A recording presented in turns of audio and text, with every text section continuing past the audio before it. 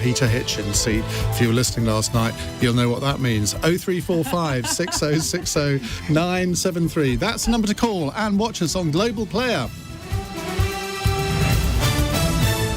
On your radio, on Global Player, and Play LBC. Leading Britain's conversation. This is LBC. From Global's newsroom at 8 o'clock, the US has announced new sanctions against Russia hours after measures were brought in by the UK and EU. It follows the upper house of Russia's parliament backing Vladimir Putin's plans to deploy forces abroad. The Kremlin has recognised 2 Ukrainian regions as independent states and sent in what it calls peacekeeping troops. US President Joe Biden has called Russia's actions a flagrant breach of international law. Nonetheless, there is still time to avert the worst-case scenario that will bring untold suffering to millions of people if they move as suggested. The United States and our allies and partners remain open to diplomacy. COVID certificates will be scrapped in Scotland from next Monday. The First Minister has also announced the legal requirement to wear face masks will be dropped on the 21st of March. But Nicola Sturgeon has told the Scottish Government rules on self-isolation will be staying in place for now. The Environment Agency is warning of a significant risk of flooding in parts of the West Midlands and Yorkshire. It's urging caution to communities along the rivers Severn and Ouse after heavy rainfall from Storm Franklin. 2 of the UK's leading broadcasters, Emily Maitlis and John Sopel, are joining Global. They're leaving the BBC to front a new podcast series for Global Player and present programmes on LBC. In the city, the FTSE 100 has closed up 9 points at 74.94. The pound buys $1.35 and €1.19. And the weather largely dry and clear tonight. Scattered showers in the northwest with lows of 2 degrees. From Global's newsroom for LBC, I'm Simon English. This is LBC from Global. Leading Britain's conversation. Cross Question with Iain Dale. Hello, very good evening. It's 2 minutes past 8. I'm Iain Dale. Welcome to Tuesday's edition of Cross Question. The number to call if you'd like to put a question to our panel over the next hour is 0345 6060 973, and you can watch us on Global Player.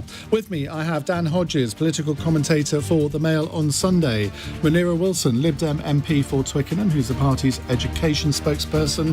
Jeevun Sandher is an economist at King's College London and a former Treasury official, and Robbie Moore is Conservative MP for Keighly. As I say, the number to call 0345 6060 973.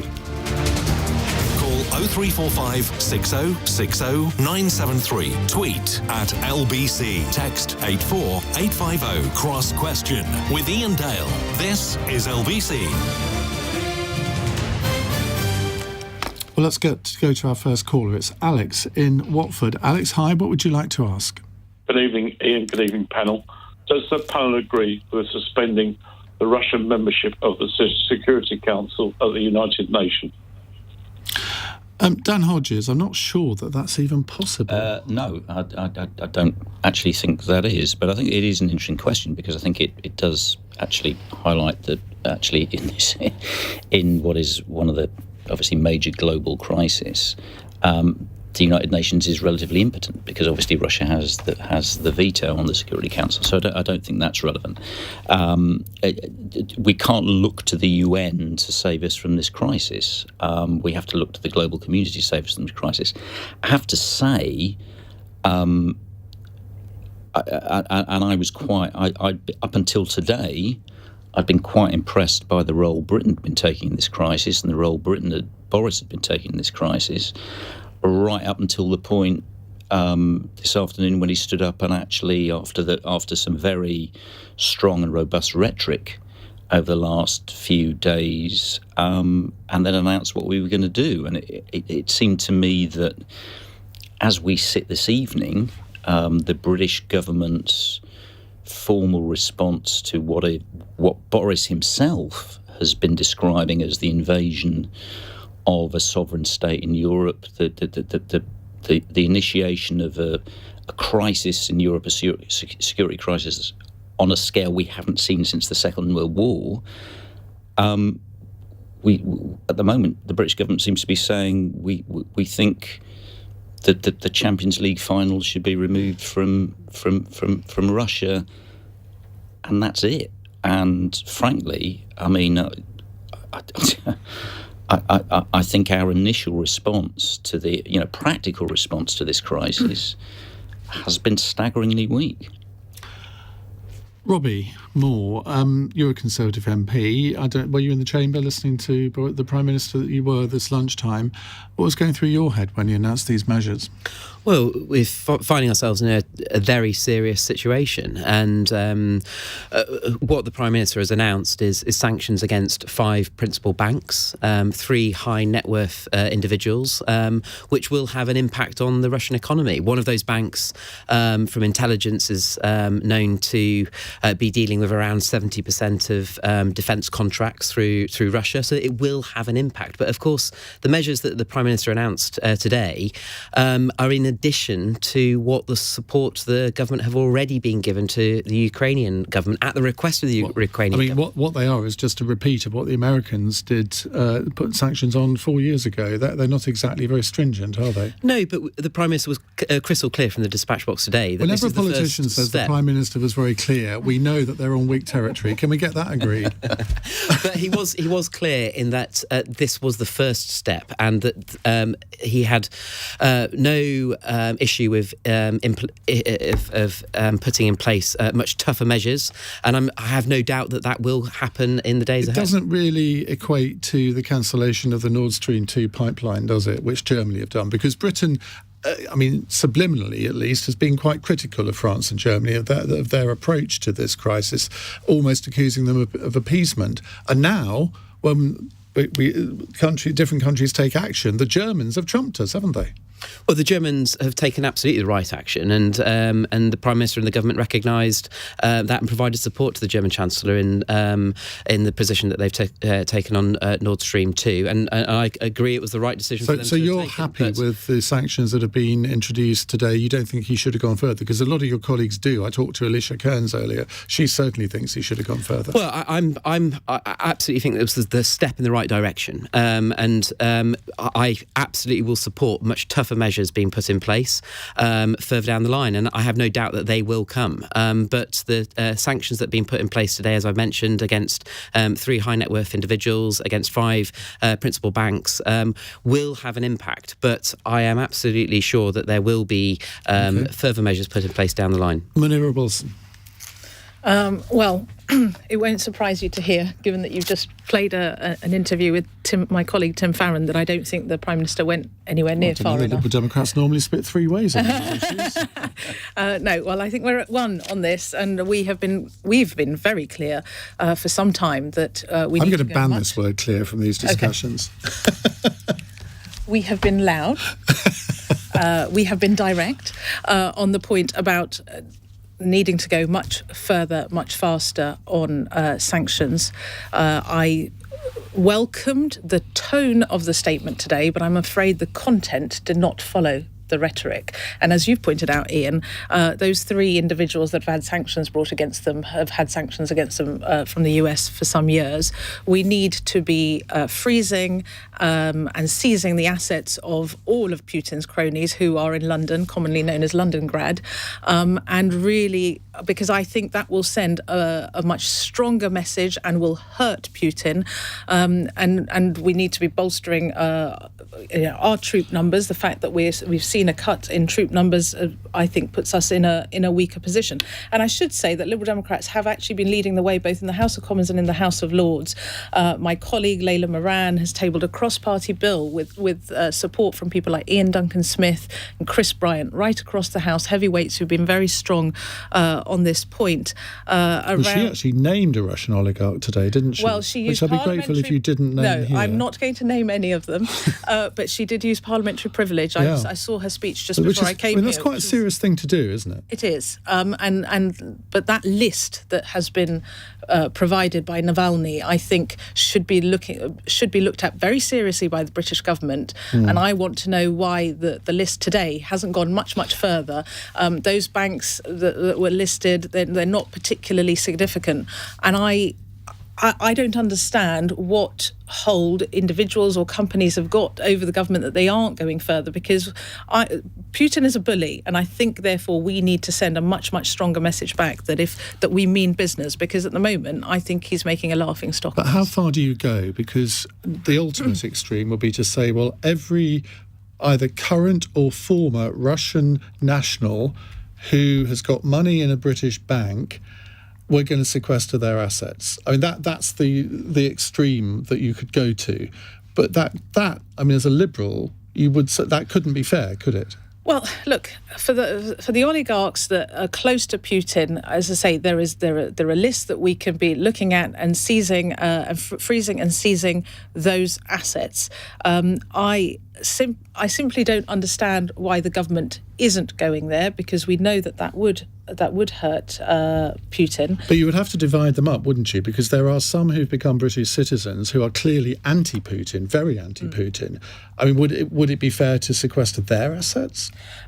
No, but I'm assuming that there is intelligence available in terms of whose assets should be sequestered. And as I say, we've got this compelling list that can be looked at, and I would hope that the government is looking at that. But we've also looked at the point I was making about Layla's cross-party bill around these shell companies where you can't follow the money. So there's a lot of talk about dirty money in London, and that's because we've got these oligarchs hiding behind these shell companies. This bill, which apparently the government has got legislation ready to go on this point, why it's not bringing this forward at this point, when Putin has already gone much further this afternoon than he had even last night. So the sanctions this morning are out of date. As a vaguely competent chair of this discussion, I do need you to answer the question, though. Should Russia be suspended from the Security Council? Well, like Dan, I'm not sure whether that's possible, but frankly, I think all diplomatic means should be on the table if there is any possibility, if in extremis.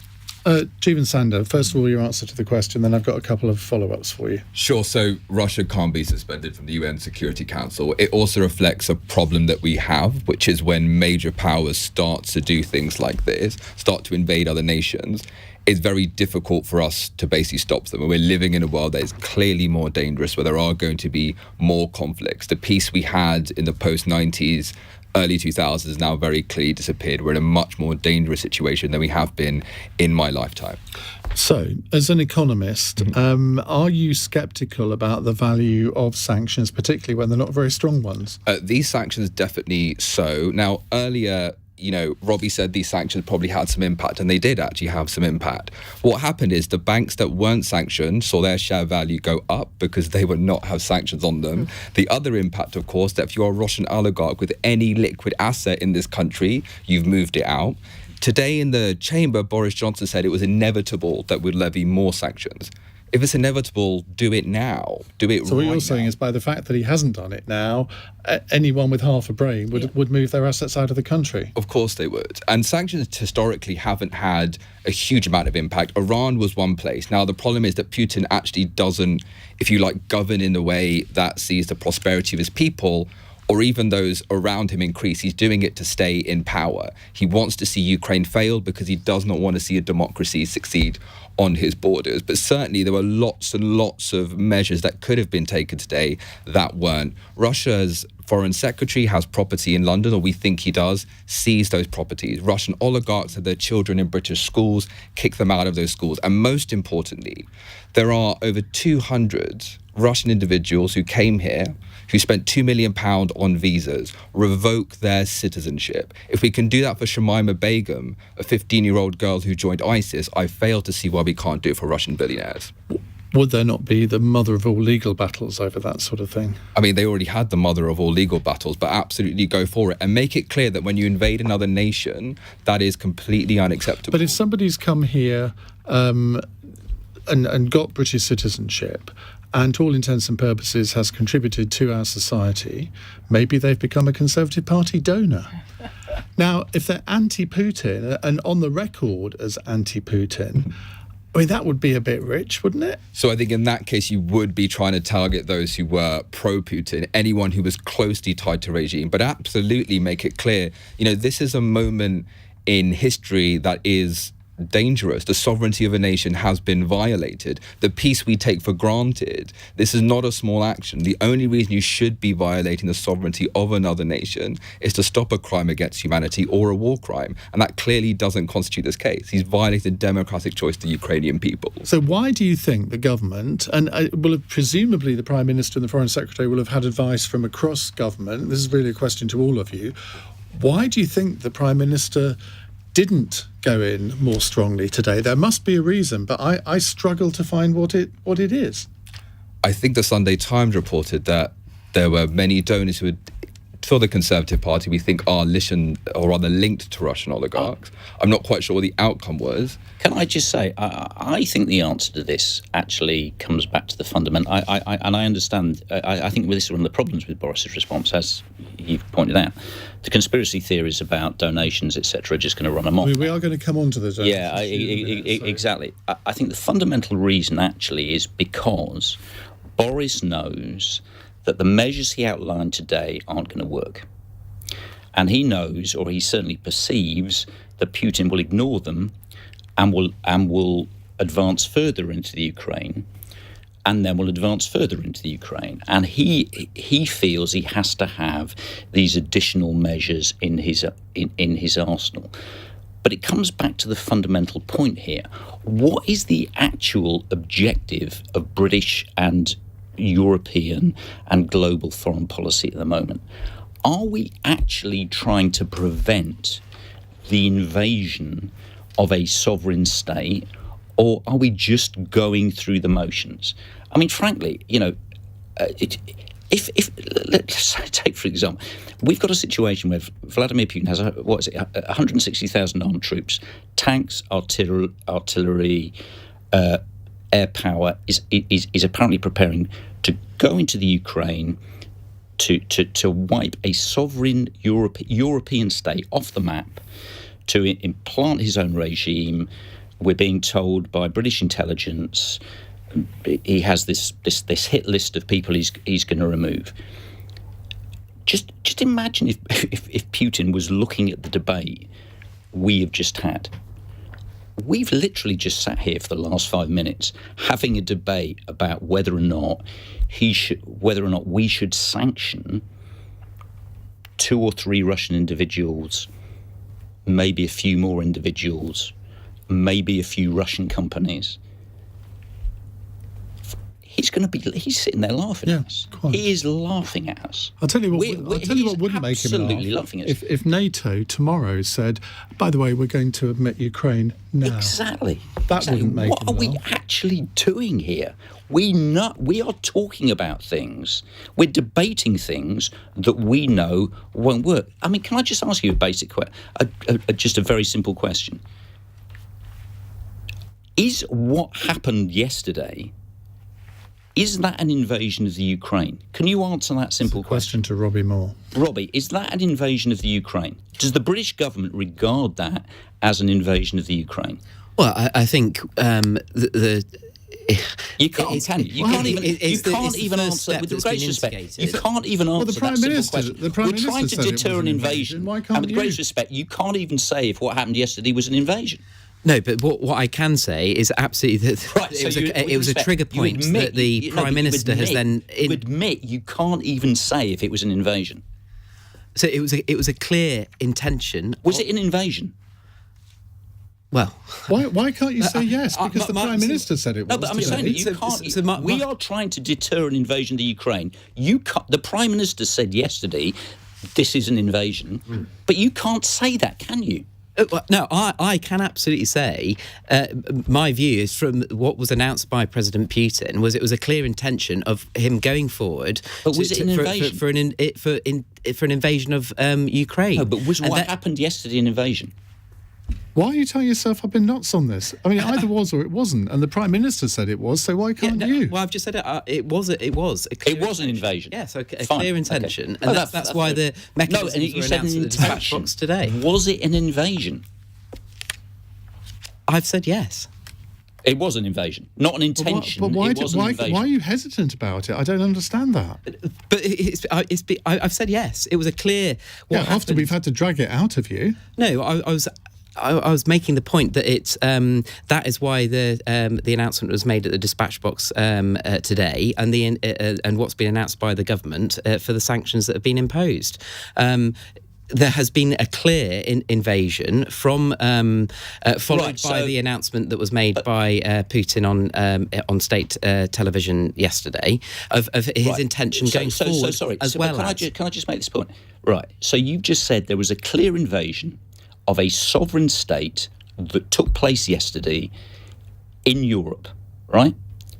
What is the British government's response to an invasion of a sovereign state in Europe as we sit here this evening? Not what might we do at subsequent. What is our response this evening? Well, so the response that has been announced today were sanctions against 5 banks, sanctions against 3 high net worth individuals. But all of the support has been provided in already. So what we've already seen from the government is 22,000 troops being trained at the request of the Ukrainian government. We've had 2,000 anti-tank missiles being provided to the Ukrainian government. That was our response. Yeah. So as at today, you asked, this is the situation that we're in. We've also had £150 million in aid that's been provided to the Ukrainian government, and $500,000 that's been provided as well. So that's as we are at today. Right. And I said that quite clear from the dispatch box that I'm sure the position will change in the days ahead. You see, George has just tweeted, Vladimir Putin has got a cigar, smoking a cigar, listening to these weak Tories. But I'm going to put you out of your misery for a couple of minutes. At any rate, it's 8:20. This is LBC.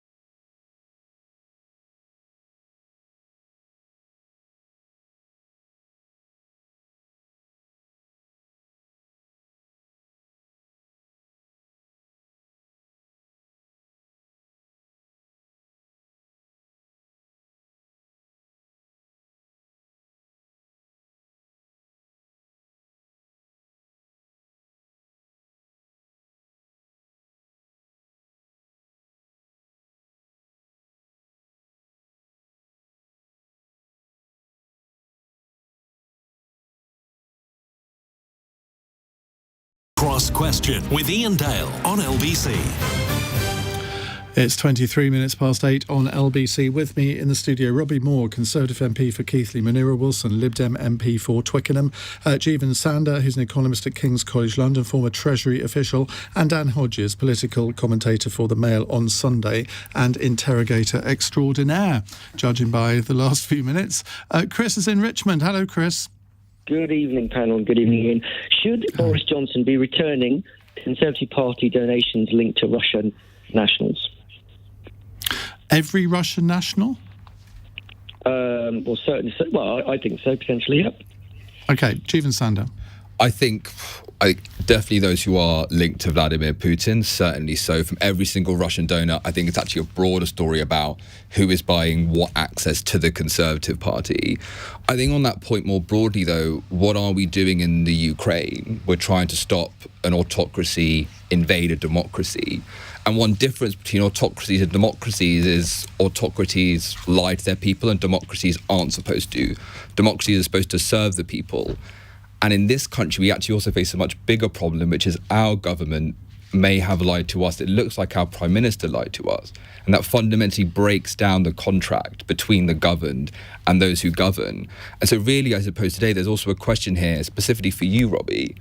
If it's found out Don't you start. Prime Minister... If it's found that the Prime Minister did host a party and did lie to Parliament and therefore lied to the British people... I'm going to come to his rescue on this one because that has nothing to do with the question. Okay. I mean, somebody might ask that question later, but I'm not sure that's really relevant to this. Fair enough. Okay. Munira Wilson, let's go to you on this. I mean, your party's had its fair share of problems on political donations in the past, hasn't it? So is this not unique? I mean, maybe not on Russian ones, but it's not unique to the Tories. No, look, unfortunately, the way our politics works, all political parties do rely on donations from individuals, and that's why we've called actually for a cap on donations. What I would say is, whilst in theory I would like to see those any donations from Putin's cronies returned, I think the practicality of who do you return it to, how do you identify those individuals, actually makes it, in practical terms, quite difficult. So I'd like to see them ruling out taking future donations from some of his cronies. I mean, I think it's. I think we need to clean up our politics. The article in the Sunday Times at the weekend, which showed the Billionaires Club with Access, one of those actually was shown to be a close associate of Putin. And this person, along with several others, had access to the Prime Minister, his most senior advisors, to be able to influence and comment on COVID policy and various other elements of government policy. So coming back to the question we had earlier is why isn't the Prime Minister going further? I have to ask myself the question: who is donating to the Conservative Party, but also what pressure is being brought to bear by various companies that are here in the UK? And I'll give you one actually very clear example. I was speaking to Ed Davey, Lib Dem leader, today, who was telling me about when he was Energy Secretary in the coalition, he used powers that were available to him that hadn't been used before to stop a Russian investor coming and buying oil and gas assets in the North Sea, and actually the Conservatives who we were in coalition with were not very happy about this and tried to stop it, but he managed to get that through. Now, that suggests to me that there are other forces at work here, and therefore we do need to look very carefully at the donations. Well, there is a donor, Alexander Tamerko, who's wanted to build some sort of pipeline from France to Britain, which Kwasi Kwarteng has stopped. Yes. And Penny Mordaunt, I think she's got a constituency interest in this. And he has... I'm going to be very careful what I say here for obvious reasons, but I mean, he has threatened her. Really? And you think this is a man who's donated a lot of money to the Tory party, and yet you've got the Secretary of State for Business and the International Trade Minister, Penny Mordaunt, actually stopping him from doing what he wants. I mean, the narrative here is that, oh, well, if you donate money, then you get what you want. Not always true, is it, Dan Hodges? But on the other hand, you've then got Boris Johnson's relationships with the Lib Dem family. There are a couple of issues here. What I find fascinating is, I mean, we should not have a situation where any foreign national can donate to any British political party. I mean, no, but they're not foreign. But anyone who does is a British citizen. Yeah, but that's the kind of implication of what we're saying. I think equally, and I just to balance this, we're talking about the influences on the Conservative Party. The reality is this is one of those. I was talking about this today. It's one of those bizarre issues where the left and the right align. We've got a situation where the leader of the former leader of the Labour Party is basically aligned with an organisation that is an apologist. He's not only aligned; he chairs it. I was trying to be careful in my interpretation. So I think both of the parties. But I come back to what I said today. I do think this is, we've talked about, the geopolitical implications of what Boris said today. There is domestic political implication to what Boris today. We are now going to get 3-4, we're going to get a week of just Tory Russian conspiracy theories on the basis of the Prime Minister's statement today. Now, I don't think the Prime Minister's statement was influenced in any way by donations to the Conservative Party. But you bet your bottom dollar, when we pick up our Sunday newspapers, there's going to be all sorts of, Russian donations. That conspiracy theory has now been let loose by the Boris's failure to align his rhetoric with his policy statement today. But again, we've got to come back to the point. None of this is going to have the slightest influence over Putin and what Putin is going to do in the Ukraine. So I think we have to, the whole issue of funding of parties is something we need to look at. But I think we've got to try and get a united stance to this situation. But that unity can only come if the Prime Minister shows a lead. He obviously hasn't done today. Robbie Moore, Evgeny Lebedev, who is the owner of the London Evening Standard, a very close ally of Boris Johnson's. His father, I don't think they've actually donated money to the Tory party. I stand to be corrected on that. But he's been to stay at his father's villa in Italy. Obviously, a very close relationship there. Evgeny Lebedev was put into the House of Lords by Boris Johnson. It is said that they have links to Putin. You can understand why people want to think the worst, can't you? Well, yeah, of course you understand why people want to think the worst of these types of situations. But coming back to the original question that was asked, no foreign national is able to donate to a UK political party. And I've always actually said that actually the whole donation system needs much even greater transparency that's attached to it because of we've seen with the likes of the Labour Party and what's with political donations coming through other organisations that have been linked to the Chinese, for example, recently in the headlines. But any donation that's given to a political party has to be registered, has to go through certain checks, and I do think there could be more transparency that's surrounded by that.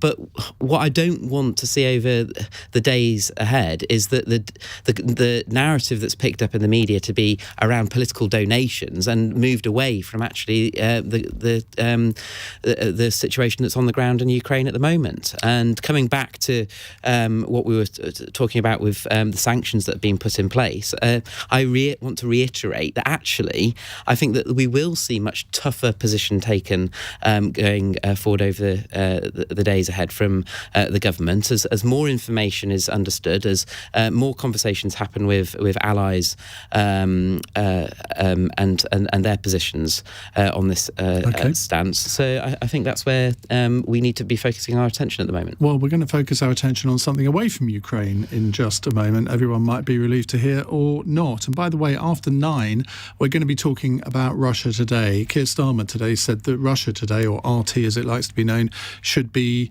banned in this country forthwith. Do you agree with him? That's what we're going to be talking about after 9.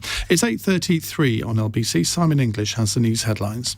America has joined the UK and the European Union in imposing new sanctions on Russia. Joe Biden says there'll be restrictions on those described as elites and their relatives, as well as two financial institutions. Earlier, Moscow's upper house of parliament gave Vladimir Putin permission to use military force abroad. Meanwhile, the Kremlin is beginning to evacuate its diplomatic staff from Ukraine. Scotland has announced plans to end some coronavirus restrictions. The legal requirement to wear face masks in some settings will be scrapped from the 21st of March, but unlike England, there are no big changes to the testing system yet. And the weather, windy with showers across northern parts of the UK tonight, clearer further south with frost in rural areas, a low of 4 degrees, blustery showers in the north continuing through the morning, some sunshine further south, highs at 11 degrees. This is LBC.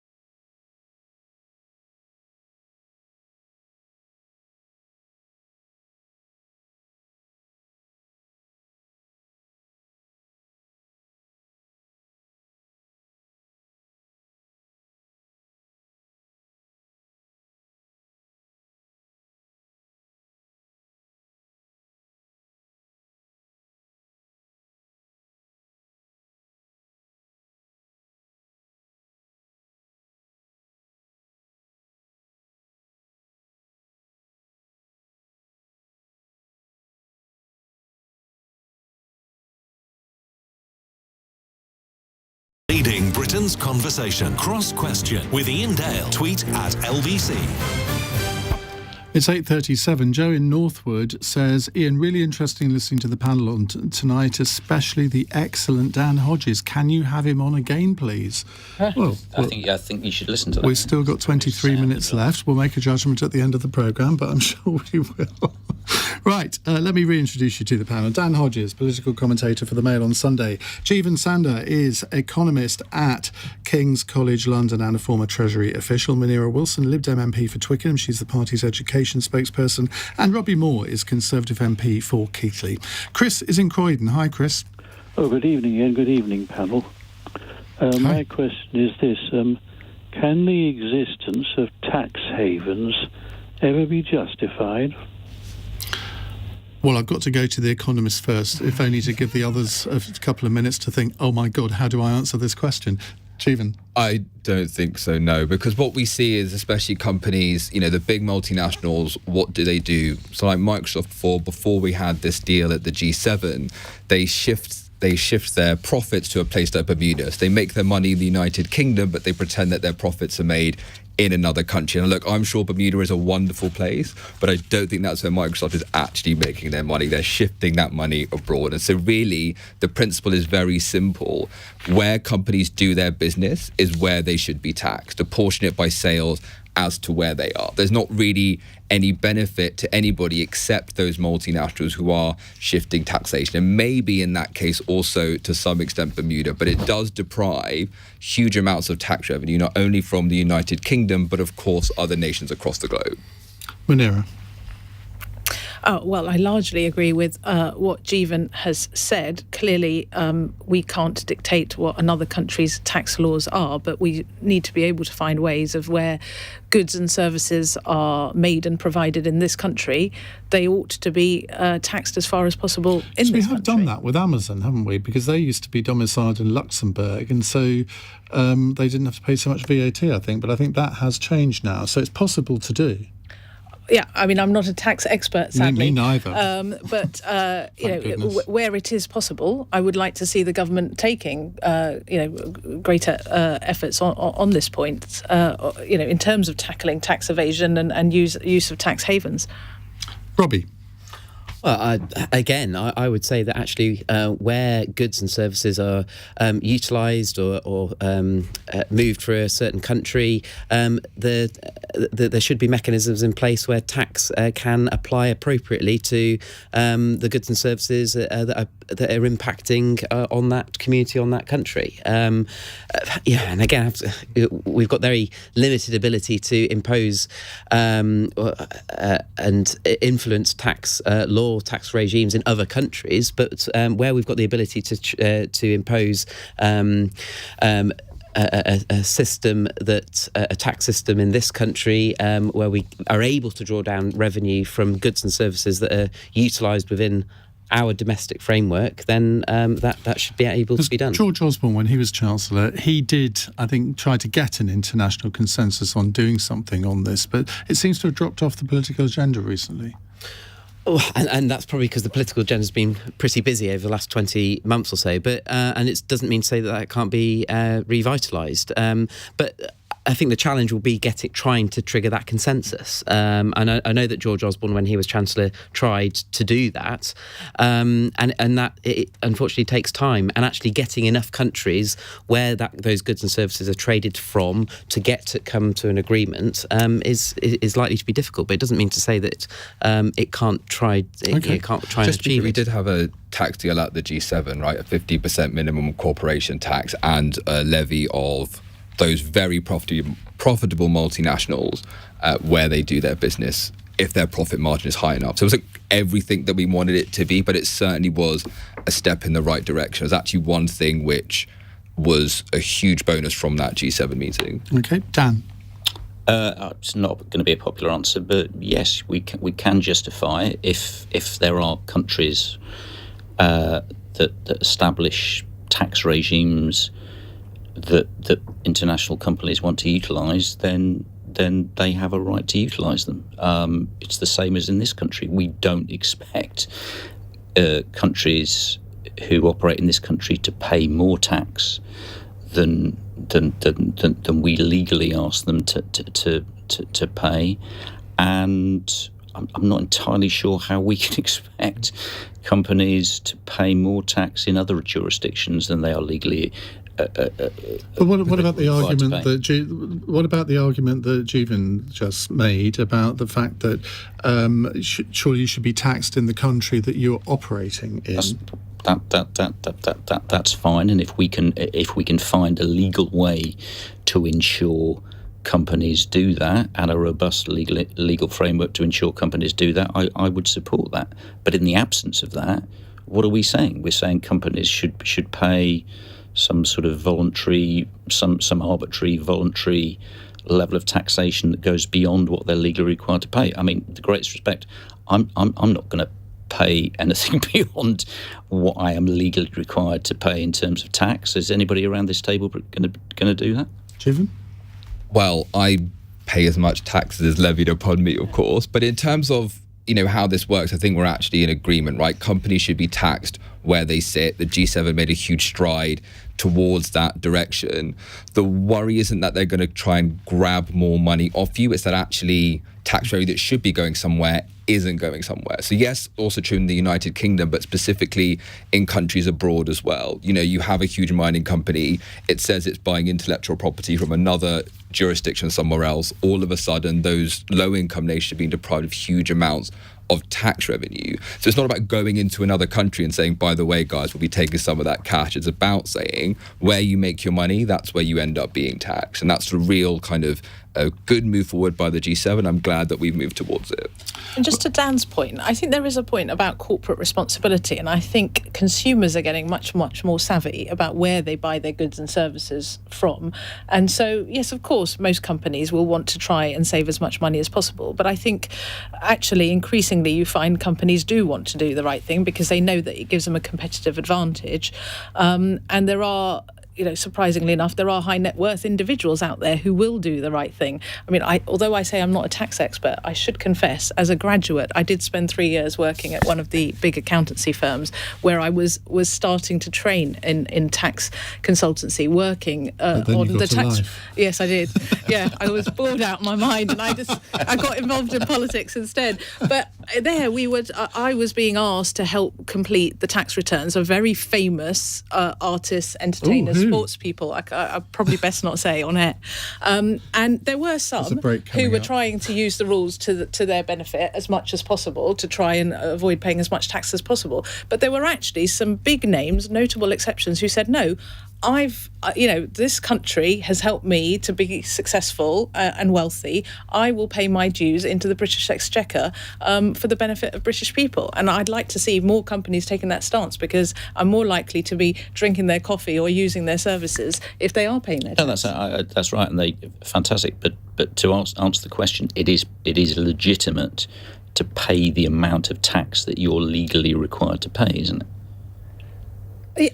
Yes, that's legitimate, but that's where it comes back to closing those loopholes, because a lot of these big companies and wealthy individuals will pay big companies like the one I was working for to find all sorts of tax wheezes to get them out paying tax. But until those loopholes, we talk about loopholes, those loopholes of the law, until we close those loopholes, it is legitimate to pay the amount of tax. And I think we're all in agreement saying that we need to work internationally to close those loopholes. Yeah, all right, well, thank you very much all for your answers. We've got 15 more minutes. If you'd like to ask our panel a question, 0345 6060 973. It's 8:46.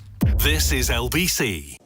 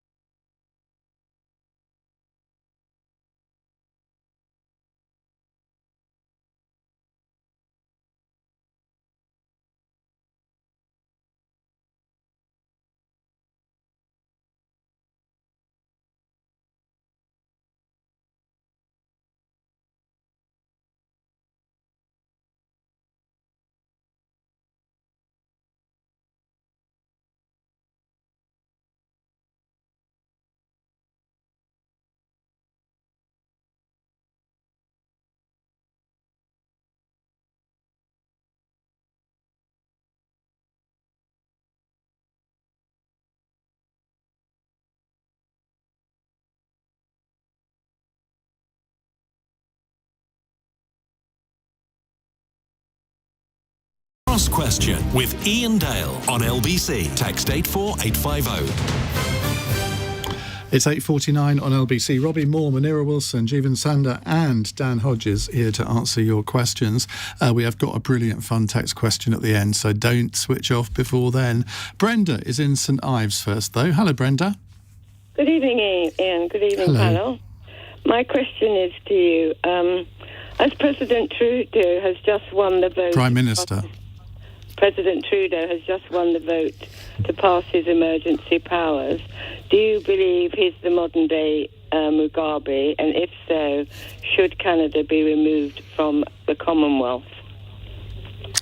Wow. Well, it is quite extraordinary. I mean, I haven't followed this very closely, but some of the powers that he has taken upon himself, bearing in mind that he's the Prime Minister of Canada, not the President, but also the leader of the Liberal Party of Canada. Munira, I'm going to come to you as a fellow Liberal. And somebody How did I guess you were going to come to me somebody who first? presumably, like all British political women, seem to love Justin Trudeau for very shallow reasons. Oh, that's a little unfair. I mean, it's quite extraordinary what he's up to, isn't it? Yeah, well, like you, I confess I haven't followed it in detail, but I know there have been protests about COVID restrictions. Truckers, is that right? Yeah. And so, yeah, I mean, as a Liberal, I personally do feel uncomfortable with these swinging measures being taken to shut down these people. And as you know, here through the COVID pandemic, we as Liberals have argued against things like COVID passports and so on. However, clearly if there is misinformation being touted by some of these people, whether it's about vaccination or that they're trying to defy restrictions, clearly some action needs to be taken. But I do feel a bit uncomfortable if there are all sorts of swinging actions being taken. I'm sorry, I haven't followed it closely. I actually want short answers from you on this, because if you do give short answers, we can fit in another question from one of Robbie's constituents. Ooh. Okay. Sandy. Trudeau hasn't handled this well, is the long and story short of it. He has demonised the protesters and now these emergency powers, and the real danger is that he's begun to politicise what is vaccine uptake. Like in this country, one of the really good news stories isn't just the fact that we vaccinated a huge proportion of the population, but also the fact that it's not been politicised. The rates between Conservatives and Labour are pretty similar. In the United States, one of the biggest predictors of are you getting your vaccine is are you a Democrat or are you a Republican? And Trudeau's actually driven them towards that moment. You want to drive up vaccine rates, you don't do it by insulting people, and you don't do it with these measures either. Robbie. Well, I think the measures that Prime Minister Trudeau has implemented is not fair at all. And actually, again, when you look at the vaccine uptake that we've had in this country, 83% of adults now have been triple jabbed. There are other mechanisms of encouraging people to follow the programme to be able to then release all restrictions altogether. And I think part of the first question was should Canada be removed from the Commonwealth? Yes. Well, I think, crikey, absolutely not. I mean, I think that's then deeply unfair to Brenda is all of likening those Justin Trudeau to Robert Mugabe. That's a bit extreme. It's a bit extreme, and I think completely unfair to many of the... I'm not sure it is on this, though, that given the nature of the measures that he's taken against the protesters, against the truckers, and now introducing this new law, I think the comparison can be made. Yeah, but I was talking about actually removing Canada from the Commonwealth, I think, is the extreme element. But Zimbabwe from the Commonwealth, but I do think that the measures that Trudeau is implementing is way beyond Dan. too far. No, I completely agree with what he's doing. I think he's enforcing the rule of law. I think the protesters have had, 3 weeks in which they've been disrupting Canada in an illegal way. But shutting down their bank accounts? I think if you agree with that? Yeah, I think really. Yes, absolutely. I think the balance, and we've seen it in this country. I think the balance between protest and illegality is going the wrong way, and the people who I've seen it over the last couple of days and weeks suddenly being outraged against the actions he's taking are exactly the same people who, in relation to say the action that Extinction Rebellion have taken in this country, or Black Lives Matter protesters have taken this country in the United States, have been demanding sending in the army, have been demanding the most rigorous measures. So I think it's absolutely right. The rule of law has to be enforced. But Dan, that would also mean that when the Chinese clear their protesters in much more violent ways by following what you would call the rule of law, that would also be justified. The question is not, are these powers founded in law? Of course they are. What I'm saying, Dan, is that if the justification is the rule of law, what you are saying is justified because it is legal. What I'm saying to you is actually that's not really the key issue. The key issue is, are these egregious offences against liberty? Fine.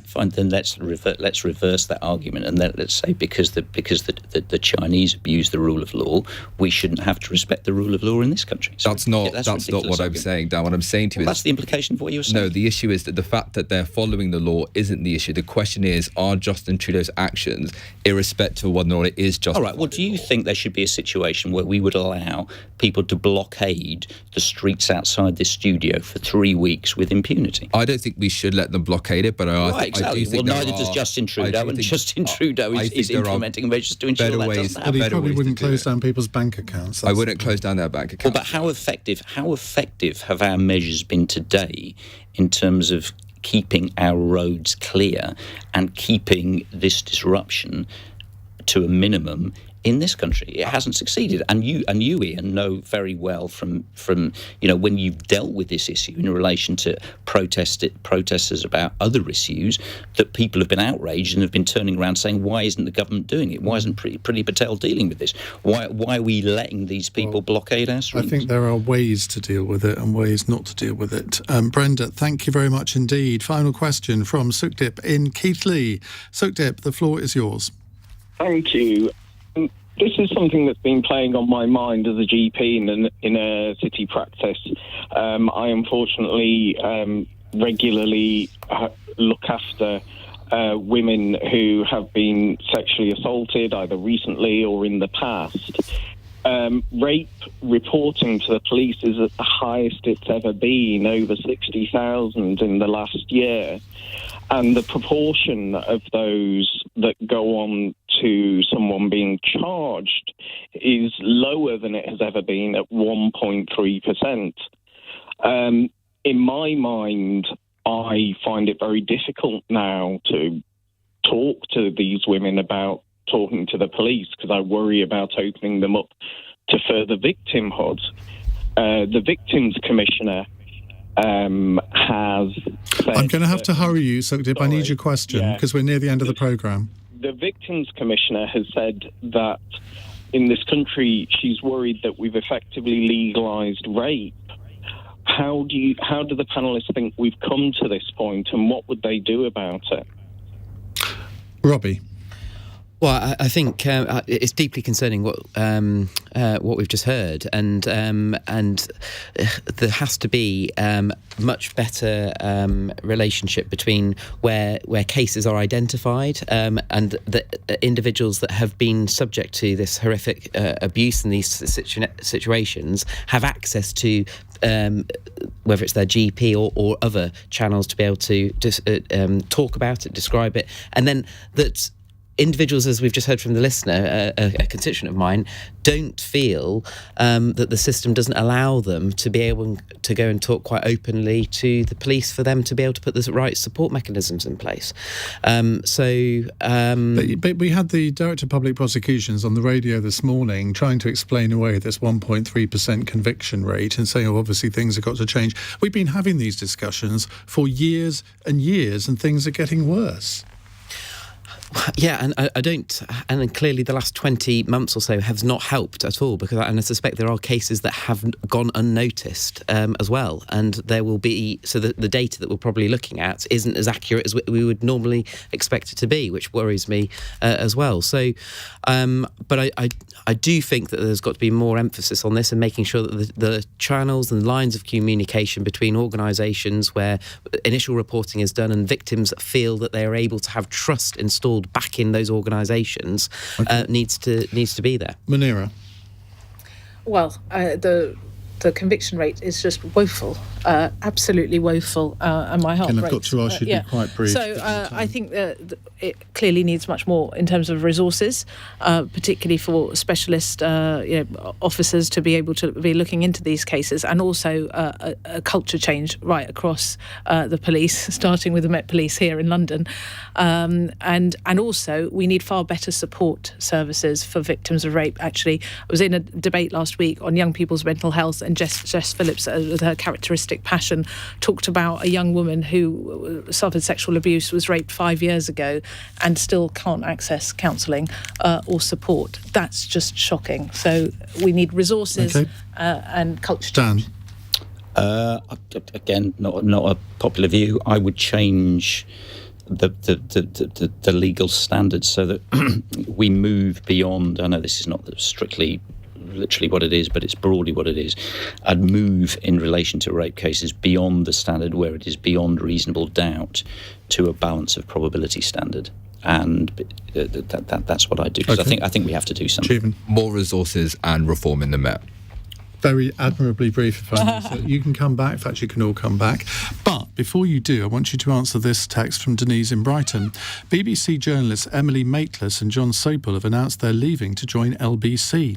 Who should LBC pinch next? And given that we've Sheila Fogarty, Eddie Mayer, Andrew Marr, plus Emily Maitlis and John Sopel, is this a takeover bid? Who should we pinch next, Robbie? Well, I am a big fan of Chris Mason, but why not have Esther and Philip from GB News as well? They could come and join you. When I said you could all come back, Jeevun. I reckon Ant and Dec. Well, they're not on the BBC. In drag? Oh, but you can bring them over still, though. You guys have got. They could do a good favour. Great roster. Do you want them in drag, as they were at the weekend? I want them to wear whatever they feel comfortable in. Well, I'm a big fan of Mishal Hussain, and I think she'd give some of your interviewees a serious run for their money, just like you do, Iain. Thank you. Dan? I don't think anyone, Iain. I think you're doing a fantastic job. I think you should stick at it. He's definitely coming back. I intend to for as long as they'll have me. Dan Hodges, Munira Wilson, Jeevun Sandher and Robbie Moore, thank you very much indeed for joining us. In a moment, we're going to be talking about whether Russia Today should be banned. 0345 6060 973. It's 1 minute past 9. On your radio, on Global Player, and Play LBC. leading Britain's conversation. This is LBC.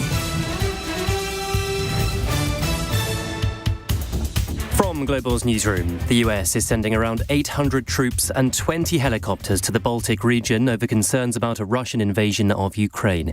This evening, Joe Biden has announced the first wave of sanctions against Russia. The American president is warning Moscow it'll pay an even steeper price if it continues with what he's described as its aggression. Britain and the EU have also announced restrictions after troops from Moscow moved into 2 regions in the former Soviet state. Vladimir Putin insists they're part of peacekeeping duties. But Joe Biden thinks his Russian counterpart is preparing for a full attack after breaking international law. Who in the Lord's name does Putin think gives him the right to declare new so-called countries on territory that belong to his neighbors? Well, meanwhile, UEFA is likely to switch this season's Champions League final away from St. Petersburg due to the crisis. The body says it's closely monitoring the situation after Boris Johnson joined calls for it to be moved. Major incidents have been declared in Worcestershire and Shropshire as water levels along the River Severn continue to rise. Severe flood warnings, meaning a danger to life, have been issued for Ironbridge and Bewdley, where temporary flood defences could be breached. Communities are calling for a permanent solution to what they say is becoming increasingly frequent flooding. Michael Boddice lives in Bewdley. I just feel sorry for the people down here because they will be just watching it second by second and seeing it creep into the houses. And it's not just water. You know, the sewerage that comes up from the drains and stuff, it's not just water, it's disgusting and it stinks. Scotland's last coronavirus restrictions will